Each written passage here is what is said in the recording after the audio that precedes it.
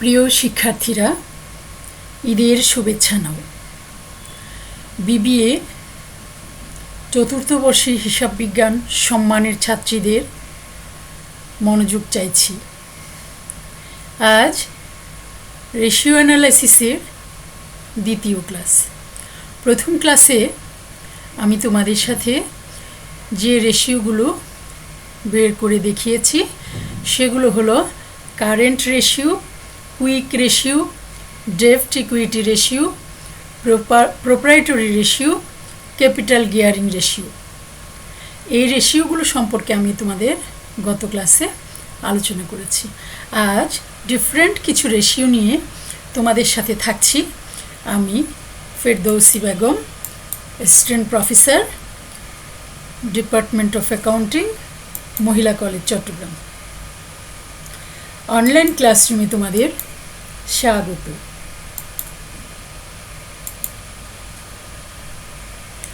আজকের পাঠ chapter 8 ratio analysis.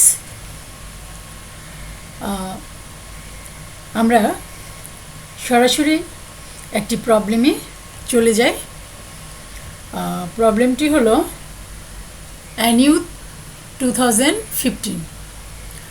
আমি পড়ছি, তোমরা একটু শুনো। Selected comparative statement data for Navana company are present below. All balance sheet data are as of December 31st. অর্থাৎ নাভানা কোম্পানির কতগুলো তথ্য কম্পারেটিভ বলেছে, দেখছো, তুলনামূলক। এই যে 2013 এবং 2012 কতগুলো তুলনামূলক তথ্য দেওয়া আছে এবং এখানে ব্যালেন্স শিটের আইটেমও দেওয়া আছে। ঠিক আছে? আচ্ছা, আইটেমগুলো হলো net sales, cost of goods sold, interest expense, net income, accounts receivable, inventory, total asset, total common stockholders equity. এবং আমাদেরকে বের করতে হবে profit margin ratio, assets turnover ratio, return on assets ratio, return on common stockholders equity ratio. তোমার পুরো অঙ্কটাতে আমি তোমাদেরকে একটু গুরুত্বের সাথে দেখতে বলবো। আমরা কিন্তু গত ক্লাসে যে অঙ্কটা করেছি সেখানে আমাদের সিঙ্গেল একটা স্টেটমেন্ট ছিল, কিন্তু এখানে কম্পারেটিভ, এই যে দেখো কম্পারেটিভ স্টেটমেন্ট দেওয়া। কম্পারেটিভ মানে কি, আমরা কিন্তু ফোর্থ ইয়ারের যে তোমার ফিনান্সিয়াল স্টেটমেন্ট অ্যানালাইসিস করেছি সেখানে কিন্তু কম্পারেটিভ স্টেটমেন্ট দেওয়া ছিল। অর্থাৎ 2টা বছরের স্টেটমেন্ট দেওয়া আছে, 2012 দেওয়া আছে, 2013 দেওয়া আছে। তোমরা এতদিনে নিশ্চয়ই শিখে গিয়েছো 2012 তথ্যগুলো 2013-তে বিগিনিং হয়ে থাকে, ঠিক আছে, আর 2013গুলো তখন এন্ডিং। তাহলে আমাদের যখন নাকি ওপেনিং প্লাস ক্লোজিং তথ্যের কথা বলা হবে তখন আমরা 2012টাকে ওপেনিং ধরবো, 2013টাকে ক্লোজিং ধরবো। ওকে, চলো এবার আমরা সলিউশনে যাই। ফার্স্ট সলিউশনটাই হলো আমাদের প্রফিট মার্জিন রেশিও। তো প্রফিট মার্জিন রেশিওর এটা বের করে ফেলি আমি আগে। এটা আমি গুগল থেকে নিয়েছি। দেখো, প্রফিটের সাথে সেলসের একটা সম্পর্ক আছে, এটা আমরা জানি, কারণ সেল করলেই প্রফিট হয়। তাহলে সম্পর্কটা হলো, আর তোমাদের এরও আগে আমি কিন্তু বলেছি যে যখনই আমরা রেশিও বা অনুপাতের কথা বলবো তখনই বুঝবে যে রিলেটেড সম্পর্ককে গাণিতিক সংখ্যা দ্বারা বুঝিয়েছে। ঠিক আছে? তো এখানে প্রফিট মার্জিন রেশিও, তাহলে প্রফিট কার সাথে সম্পর্ক? সেলসের সাথে সম্পর্ক। দেখো এখানে আমাদের সূত্রটা দেখিয়েছে তোমার, এই দেখো এখানে টাকার থলে একদম ইন্ডিকেটরটা দেখো উপরের দিকে নির্দেশ করছে। অর্থাৎ আমরা কিন্তু চাই আস্তে আস্তে আমাদের প্রফিট বৃদ্ধি হোক, তথা সম্পদ বৃদ্ধি হোক, তথা ইকুইটি বৃদ্ধি হোক, তাই না?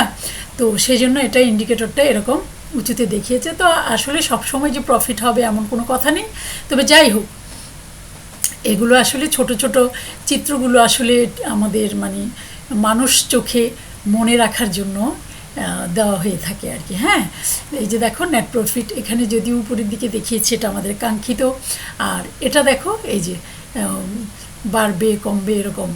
আচ্ছা যাই হোক, আর এখানে সেলস বলতে জনগণের সাথে আমাদের রিলেশনের কথা বলেছে, হ্যাঁ, ট্রানজ্যাকশনের কথা। আচ্ছা যাই হোক, এটা হলো একটা তোমার একটা চিত্র আর কি, হ্যাঁ, কল্পচিত্র। আচ্ছা যাই হোক, এখানে তাহলে আমরা পাচ্ছি কি profit margin, net profit margin ফর্মুলাটা পাচ্ছি হলো net profit by net sales into 100। আর আমরা যখনই হারের কথা বলবো তখনই আমরা 100 দিয়ে গুণ করে দেখাই সেটা। হ্যাঁ, তাহলে আমরা একটু দেখাই যে প্রফিট মার্জিন রেশিওটা আমি আবার আলাদা করে লিখেছি net income by net sales into 100। আচ্ছা, এবার আসো আমরা আমাদের প্রশ্নে কি দেওয়া আছে সেটা আমরা একটু দেখি। হ্যাঁ, প্রশ্নে আমাদের কি দেওয়া আছে দেখো, আমি লিখেছি হেয়ার প্রফিট মার্জিন রেশিও আমরা জানি না, আমরা বের করব, তাই না? আচ্ছা, যদি বের করি তাহলে আমাদের প্রশ্নে কি দেওয়া আছে আমরা একটু দেখি। হ্যাঁ, এখানে কিন্তু অ্যাভারেজের কথা বলেনি, তাহলে আমরা নেট ইনকামটা এবং নেট সেলসটা ধরবো কারেন্ট ইয়ার অর্থাৎ 2013-এর। হ্যাঁ, তোমাদেরকে এতদিনের ক্লাসে কিন্তু আমি বলে এসেছি যে প্রথমে এই প্রশ্নটা তোমরা খাতায় তুলে ফেলবে এবং আমি যখন সলিউশন করব সলিউশনের সাথে তোমরা প্রশ্নটা দেখে মিলিয়ে নিবে। আচ্ছা, তাহলে আমাদের প্রশ্নে দেওয়া আছে দেখো নেট ইনকাম 50,000 আমাদের প্রশ্নেই দেওয়া আছে, আবার নেট সেলস দেওয়া আছে প্রশ্নেই দেওয়া আছে 7,60,000।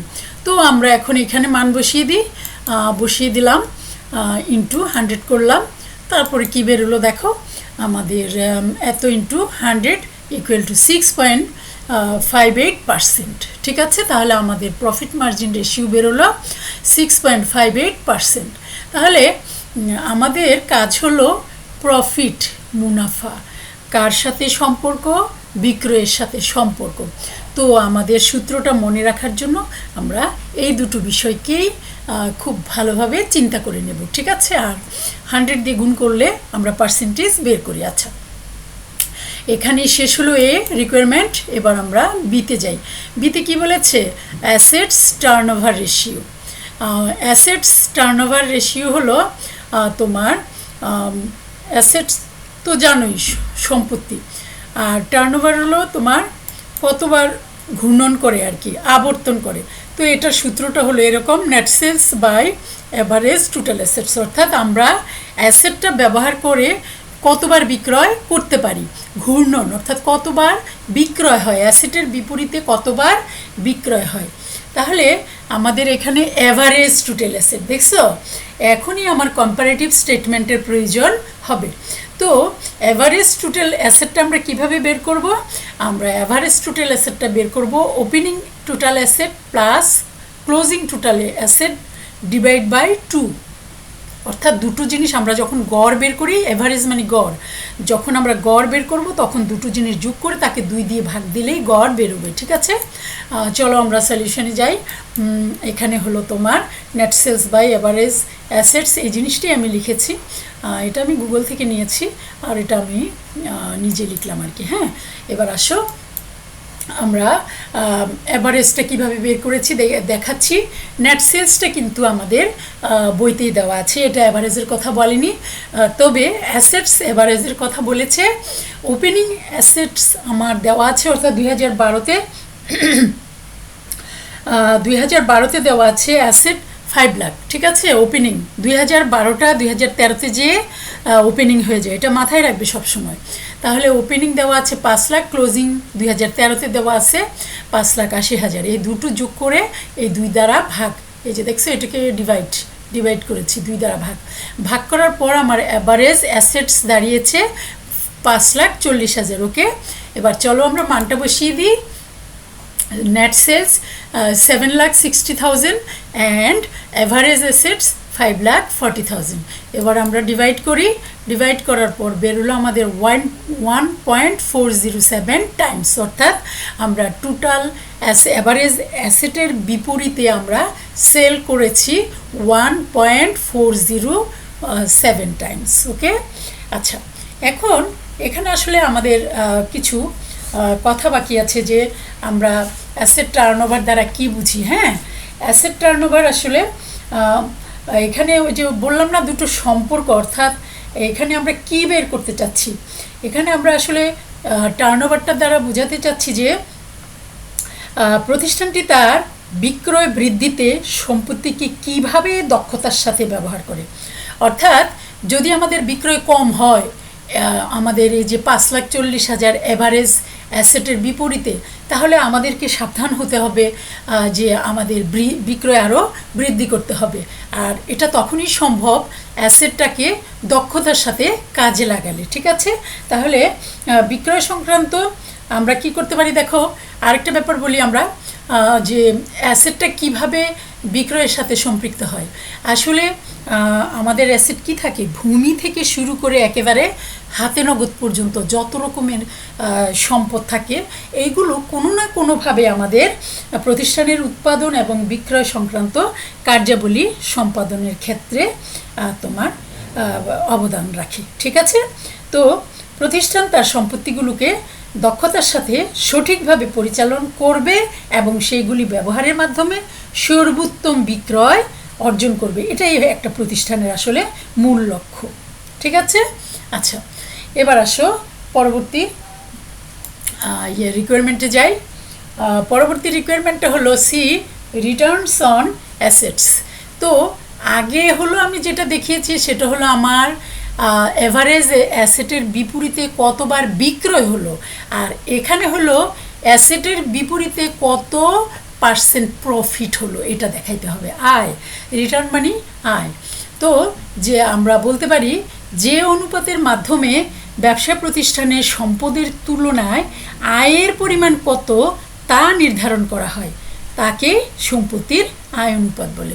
আর এই সূত্রটা আমরা এভাবে পাই, রিটার্ন অন অ্যাসেটস ফর্মুলা। এই দেখো রিটার্ন কিভাবে, এই হলো ইনভেস্ট, হাতটা কি এই দিকে ফিরানো ইনভেস্ট, আর এই হলো প্রফিট, অর্থাৎ এই অ্যাসেটগুলো কাজে লাগানোর ফলে এই প্রফিট এসেছে। এরকম দুইটা হাত দিয়ে তোমাকে বুঝিয়েছে, অর্থাৎ ফিডব্যাক বুঝিয়েছে আর কি। হ্যাঁ, আচ্ছা, আর ইনকাম এখানে ডলার দ্বারা বুঝিয়েছে, আর এভারেজ টোটাল অ্যাসেটস এখানে যত প্রকারের অ্যাসেট থাকতে পারে, ফিক্সড অ্যাসেট থেকে শুরু করে তোমার কারেন্ট অ্যাসেটের একেবারে হাতে নগদ পর্যন্ত।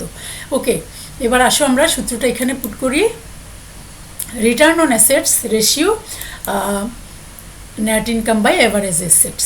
আবারও আমি তোমাদের প্রশ্নে চলে যাই। অ্যাভারেজ অ্যাসেটসের কথা বলেছে, আর অ্যাভারেজ অ্যাসেটস একটু আগে আমি এখানে পেয়েছি, তো এখানে আবার একটু দেখিয়েছি আমি। তোমার রিটার্ন অন অ্যাসেট রেশিও আমরা জানি না বের করব, আর ওখানে ছিল হলো তোমার কি বিক্রয়, আর এখানে হবে যেহেতু রিটার্ন বলছে আয়, আয় কার সাথে সম্পর্ক, আয় হলো প্রফিটের সাথে সম্পর্ক, তাই অ্যাসেটের সাথে সম্পর্ক বুঝাবে প্রফিটের।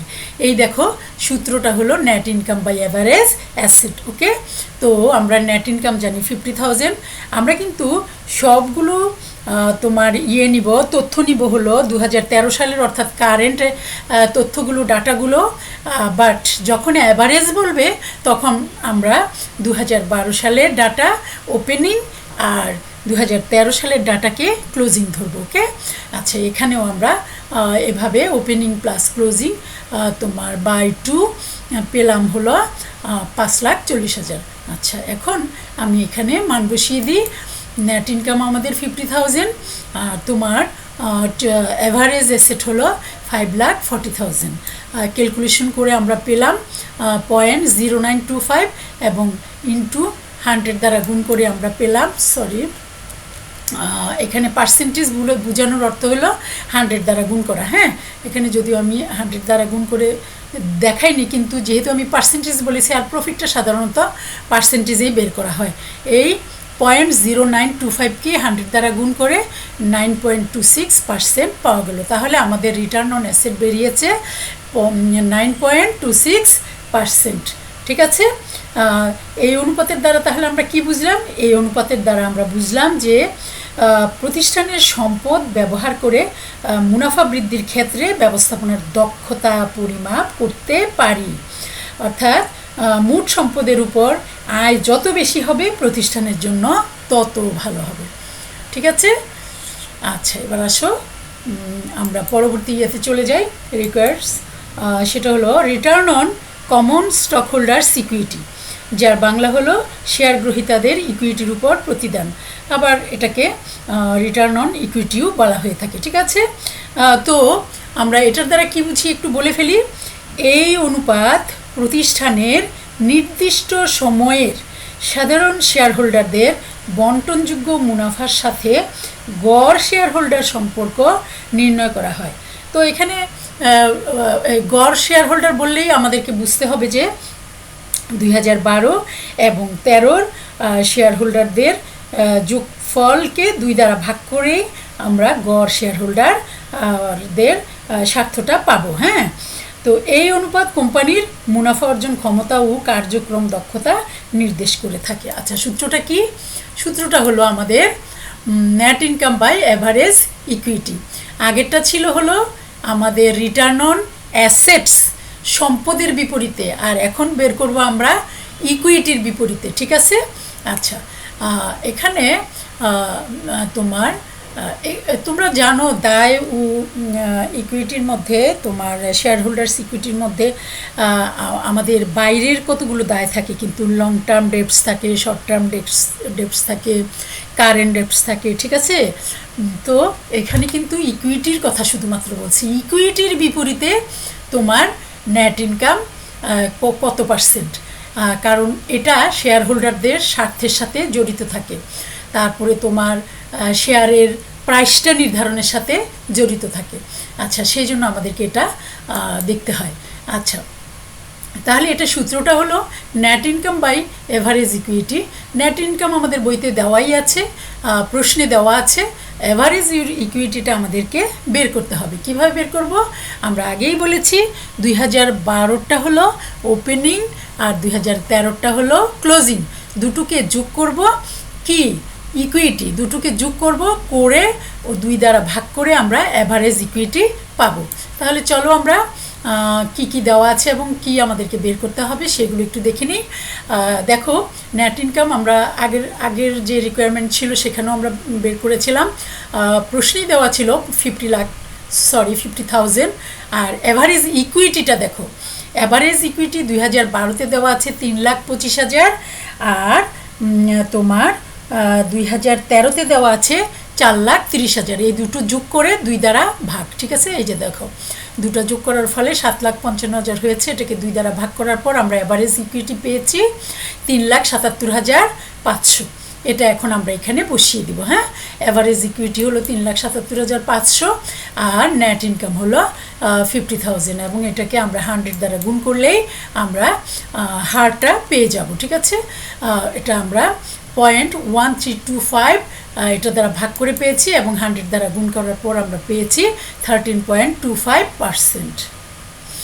তাহলে আমাদের return on common stock holder আমরা পেলাম তোমাদের 13.25%।